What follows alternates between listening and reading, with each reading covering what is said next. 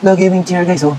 Ito ba to? Comfy daw, matibay, worth it daw yung presyo, okay naman daw, gumagana naman daw lahat. Weh, check nga natin. Oh, may iba't ibang kulay, black and white, tapos up to 200 kg ang pwedeng upo. So kahit apat kayo, pwede. Pwedeng humiga, reclining up to 145 degrees. Weh, check natin guys, tara. Guys, ito na. Nothing beats a Jet2 holiday. And right now, you can save £50 per person. That's £200 off for a family of 4. Wow. Mesh chair.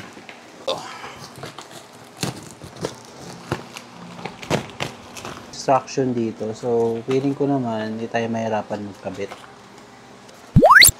Pero dito. Sit. Ito ang kamay.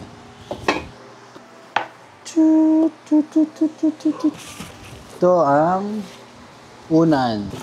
Ito ang uan. Number 1. So, parang ano lang guys. Stainless. Stainless ba tawag dito? Tapos, ito plastic. Pero mukha nang matibay. I believe I can fly. Yan, okay. May paan na. May paan na ang ating upuan.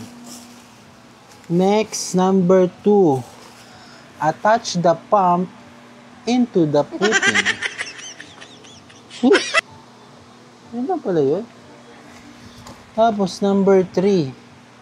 Install the adjuster at the back. Ito guys. Number 3, ito daw. Install. Lubo pa. Lubo pa nga. So, yan guys.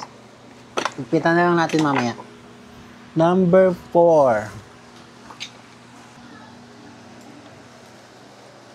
Yan.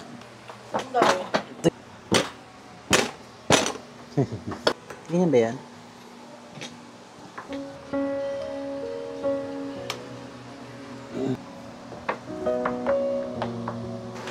Right, left, right, left. Tara. Kailangan magaling ka mag-shoot. Oh. Tan! Woohoo! We're making that daddy, di ba? Yep. Woo! Tapos din. So, yan guys. Natapos din. Nakita nyo na pawis ako guys.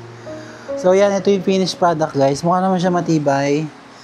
Ito meron siyang footrest or leg rest ba tawag dyan. Tapos, nare-recline siya guys.